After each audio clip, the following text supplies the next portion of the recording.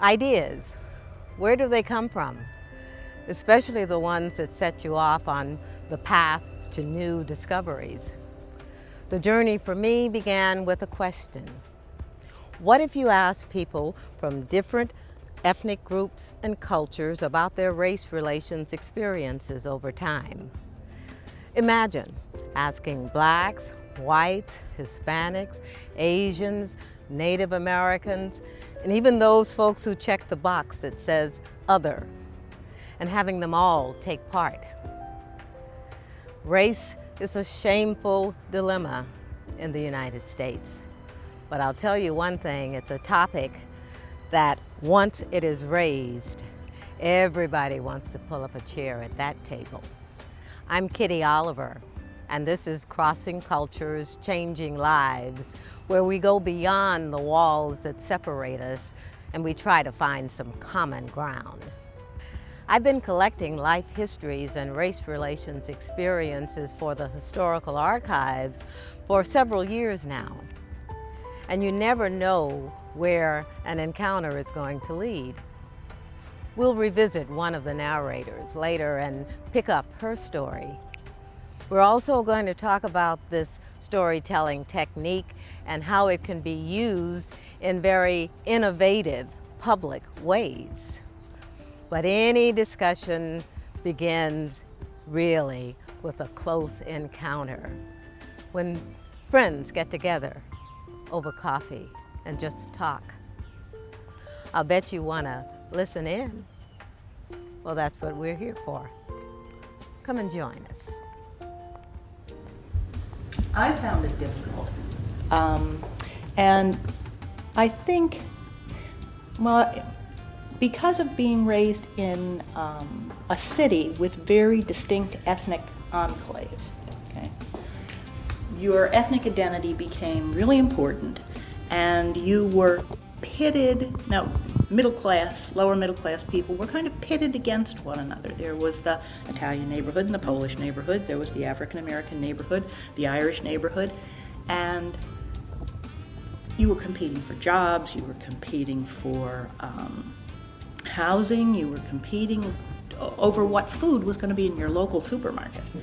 And you didn't go into the grocery store, the A&P, where there was the Italian food. You went into the A&P where there was the food that you were going to buy for your family. And so there were a lot of prejudices, there was a lot of stereotypic behavior, because it was a very combative, competitive situation. And so in the family that I grew up in, there was heavy racism, heavy anti-ethnic, but in this kind of competitive sense. You were against the African Americans and the Italians and the Poles.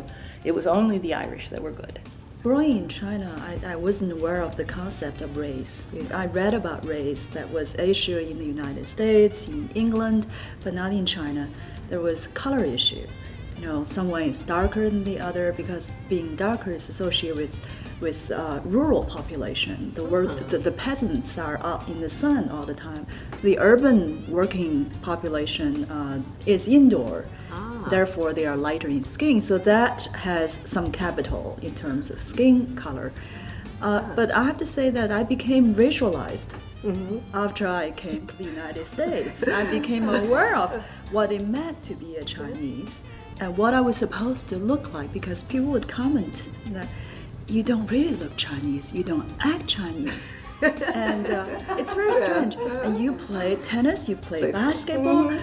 Chinese women don't do that. And Chinese women have long hair. Long, straight, beautiful hair. So I began to learn what it meant to be Chinese living in this country. It's true, yeah. So it's like my authenticity was being challenged. When I was in college, I was involved in a program called the Equal Opportunity Program. This was back in the 60s. And the class was split. Half African American students, half white European students. And it was at that point, I think, that I really began to recognize the difficulty of, well, my PhD's in communication, of communicating. Because people were frequently, and me, always, making one blunder after another, making one assumption working off stereotypes, and it became clear to me that this was a very difficult thing to work out. There was not, in all of the classes that I taught, and I did this until I got my PhD, I did not see animosity. I did not see hostility. I saw people really trying in these classes to deal with one another, but it was not easy. And people did get very angry at one another because of the difficulty. And that becomes the risk too, because you don't know when the anger is going to show up. It's a dangerous little dance that we do. Is it easier, do you think, being Hispanic, and I'll use that term just in terms of how we use it here in Florida, though, to blend and go back and forth, because many people of a Hispanic background will say that I can fit in, or is it a no man's land? Well, there again, I think it depends upon skin color and features as well, because like for myself, I always considered myself the dark one in the family. My sister was very light-skinned and light and fair-haired, or somewhat fair-haired, and then my father was born strawberry blonde. And so I remember sometimes being with them, and I always felt like I didn't fit in, and because I was so much darker than them. So I think it does have a lot to do. The coloration, the features. I think I was more indigenous looking, if that's any consolation. But I think those factors come in a lot, especially in areas that have a high Hispanic population, like say here or in San Antonio in Texas. We think of certain things as more beautiful, as superior, as more intellectually, rigorous than others. And those socially acquired categories and standards, I think, are largely responsible for racism, sexism, and all the other types of discrimination.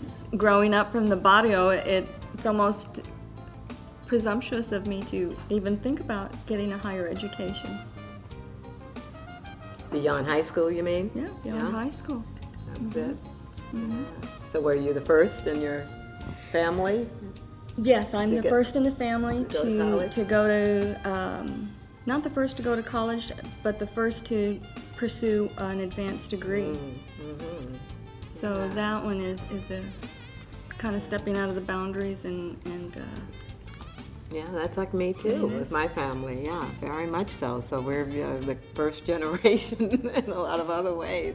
But in Missouri, the dominant population is white, and I did feel being left out in many settings, and I was called a China doll in one occasion in a gas station by redneck, and I have not had such experience. And I also noticed that just more and more multicultural professors in the universities. When I was doing my PhD at University of Pittsburgh, I remembered one black professor that was, of all the professors I have taken classes from, there was only one.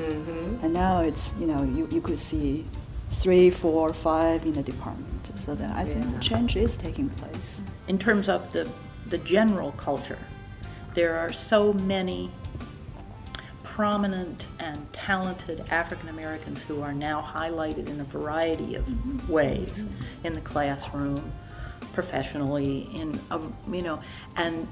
I think, as you were pointing out, Becky, that makes a big difference to white people, because then I think white people think, well,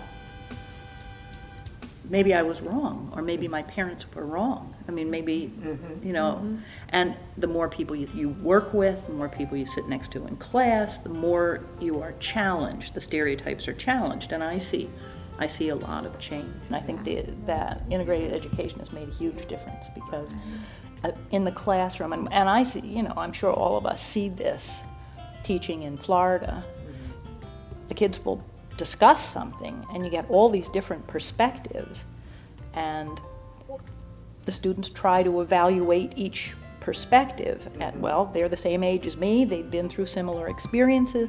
I take seriously what people are saying about their experience. So I think education plays a big role.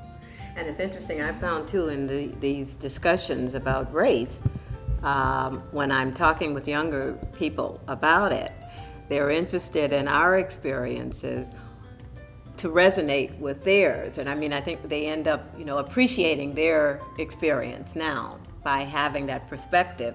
And this is what I mean about change. Oh, this is the way it used to be. Okay, well, this is how we do it now. But we're also dealing with these issues, but we've kind of moved forward, at least in that area, and it makes them feel a little bit better, even with all the other issues they have to deal with now. They can see how progress occurs, and I guess that's the final note that I'm most concerned about. That progress is a process, not an event, and if the younger generation can see that time and process are as important as where you are when you supposedly arrive, that gives hope. Most people think oral history work is just recording life stories that are filed away for history and never heard. But you can also come at it from some different angles. Take Voices of Race and Change, a radio program on the web that has spawned other conversations as stimulating as hot coffee and hot tea. Rebecca Karimi has found her calling as an oral historian too, like me, crossing cultures. When I was born, I was colored. When I was growing up, I was Negro. By the time I finished college, I was Black. So you can't tell me things haven't changed. This is Kitty Oliver. And this is Becky Karimi. And we're Voices of Race and Change, where we talk about race in a healing way. Well, here we are again. I've always been the family historian. I've always been fascinated by the family roots that date back to the Mexican Revolution, and that's when my great-grandparents came. So I was always asking about the story, wanting to know more. Having grown up in the South, in Texas, there were the Jim Crow laws that affected us as well. Maybe during my time, not to as great an extent, but during my parents' time, my grandparents' time, definitely, they felt the barbs of racism in their lives. And that's my biggest passion, is to give voice to the voiceless. The listening is the most important, to listen to their story.